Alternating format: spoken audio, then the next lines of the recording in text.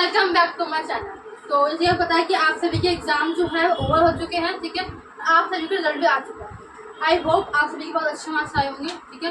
तो आज की वीडियो में हम पढ़ने वाले हैं क्लास 9th की science chapter number 1, that is matter in our surroundings, ठीक है।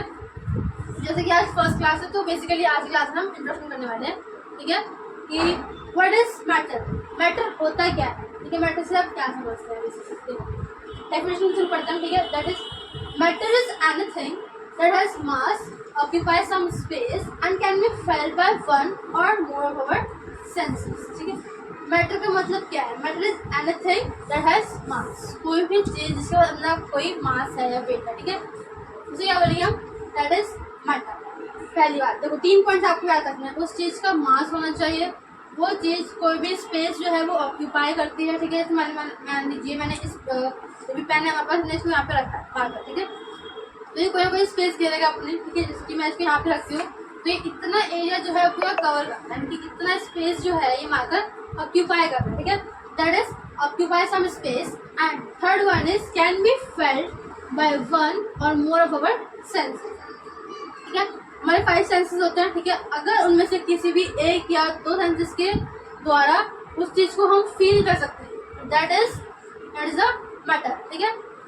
तो अब दोबारा पढ़ते हैं definition. That is matter is anything that has mass, occupy some space and can be felt by one or more of our senses. यानी कि matter क्या है? कोई भी चीज सिर्फ अपना खुद का मास हो, वो चीज जो है वो अपना स्पेस जो है वो ऑक्यूपाई करती है और जिस चीज को हम फील कर सकते हैं। लाइक ये मार्कर, ये वॉच, देखो ये मार्कर पे इसकी कुछ मास है, कुछ ना कुछ ग्राम्स में इसको हम मेजर कर सकते हैं, ठीक है।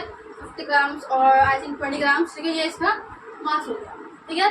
सेकेंड थिंग ऑक्यूपाई स्पेस, जिसको हम कहीं भी रखेंगे तो एक कुछ ना कुछ जगह जो है वो घेरेगा, दैट इज स्पेस ऑक्यूपाई करेगा। थर्ड वन इज जिसे हम फील कर सकते हैं, जैसे हम इसको टच कर सकते हैं, हम इसको देख सकते हैं, ठीक है। और अगर इसके अंदर इंक है तो हम उसकी स्मेल को भी, उसकी जो भी इंक है उसकी स्मेल को भी फील कर सकते हैं, ठीक है। बट मैटर इज एनीथिंग, तो कोई भी चीज हमारे आसपास जितनी भी चीजें सब एक मैटर, ठीक है। अब देखो नेक्स्ट टॉपिक है क्लासिफिकेशन। क्लासिफिकेशन क्या होता है? क्लासिफिकेशन का मतलब है किसी भी चीज को, या मतलब बहुत सारी चीजें हमारे पास, उन चीजों को अगर हम उनके सिमिलैरिटीज के बेसिस पे हम क्लासीफाई करते हैं, डिवाइड करते हैं उन चीजों को, दैट इज क्लासिफिकेशन। डेफिनेशन देख लेते हैं। Dividing substances into groups and sub groups on the basis of similarities and dissimilarities, ठीक है।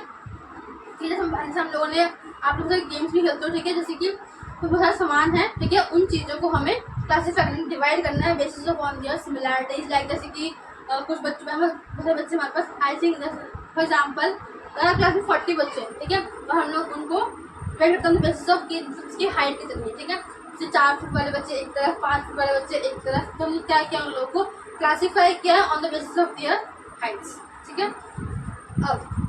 अब मैटर में इसका क्या होगा? देखिए टाइप्स ऑफ क्लासिफिकेशन, यानी कि मैटर के अंदर आपको प्रोडक्ट क्लासिफिकेशन पढ़नी है। First one is physical classification and second one is chemical classification, ठीक है। अब हम पढ़ेंगे इन दोनों में, इन दोनों का मतलब क्या है और इन दोनों के अंदर मैटर को हम लोगों ने किस तरह से क्लासीफाई किया है, ठीक है। जैसे फिजिकल क्लासिफिकेशन का मतलब है मैटर को, जो भी मैटर है उसको उसकी फिजिकल प्रॉपर्टीज की बेसिस पे डिवाइड करना, यानी कि कोई मैटर है वो उसकी अपीयरेंस कैसी है, उसकी फिजिकल प्रॉपर्टी से क्या मतलब है, वो दिखने में कैसा है, रफ है, स्मूथ है, ठीक है, स्ट्रक्चर कैसा है उसका, ठीक है। तो केमिकल क्लासिफिकेशन मतलब हम उसको, जो भी मैटर है उसको डिवाइड करते हैं on the basis of their chemical properties, ठीक है। केमिकल प्रॉपर्टीज क्या क्या, ठीक है। आई होप यू अंडरस्टैंड, ठीक है। Thank you.